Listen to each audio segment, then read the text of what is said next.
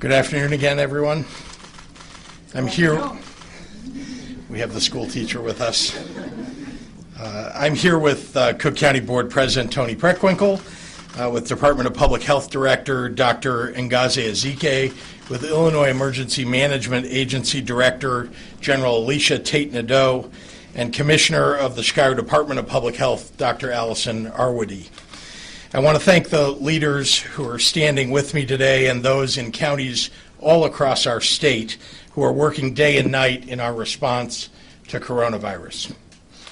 As I mentioned yesterday, my administration will be hosting daily press conferences on the current state of COVID-19 in Illinois. Depending on the updates at hand, you may see any combination of myself, Dr. Ezike, AEMA Director General Tate-Nadeau, and other senior leaders of my administration and elected officials and public health experts from other levels of government each day at 2:30 p.m. We can also be viewed via live stream at illinois.gov/live video.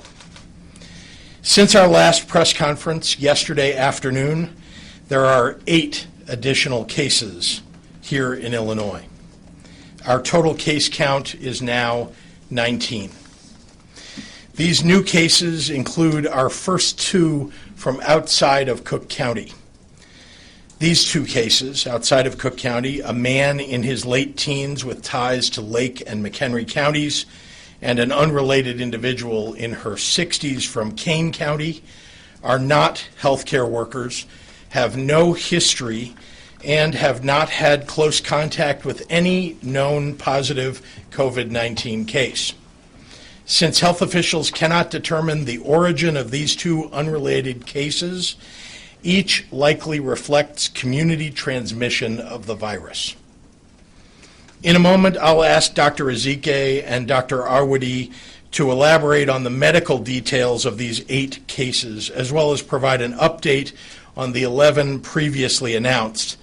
But I want to share that we have been in contact with officials from all of the impacted counties directly about the next steps in containment and protecting our most vulnerable residents. As anticipated, we have reached the point where we are likely to see additional cases reflecting additional spread within the communities each day forward. We have been preparing for this for months and are fully coordinating across state and local governments to minimize further spread as best we can.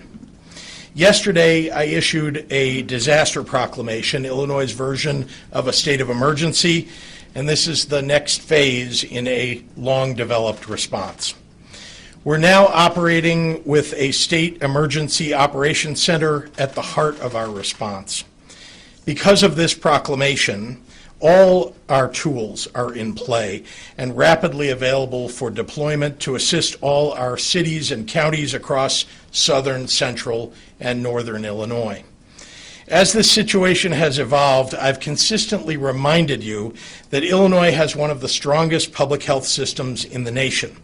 We were among the first states in the nation able to test for COVID-19, which we are now doing in Chicago, in Springfield, and in Carbondale, and we anticipate commercial expansion in the near future. Of course, we must also contend with the reality that our capacity cannot be separated from the material response of the federal government, our federal partners. I have personally reached out to senior federal officials to demand that we get more tests as soon as possible. It's critical to our response and to the response of every state and jurisdiction across the nation that as we see a national surge in cases, we are matching that with a rapid increase in testing. In order to best care for our patients, we need to be able to gauge the exact scope of COVID-19's spread, and it is imperative that the federal government provide leadership here. At the state level, we're continuing to make all necessary preparations to advance our public health systems. And we're doing so with a particular focus on the safety of our most vulnerable residents at the core of our efforts, paying special attention to our nursing homes, our veterans' homes, and long-term care facilities. We've implemented new staffing procedures and issued strict guidelines around restricting visitors at the facilities that we control. Yesterday, we also hosted a webinar with over 400 representatives from nursing homes and assisted living facilities across the state, and are working closely with the various statewide associations of private owners to ensure that they match our efforts with similarly strict guidelines. As always, we encourage everyone to check in on their elderly friends, relatives, and neighbors, to wash their hands regularly and vigorously, and to use precautions about large crowds.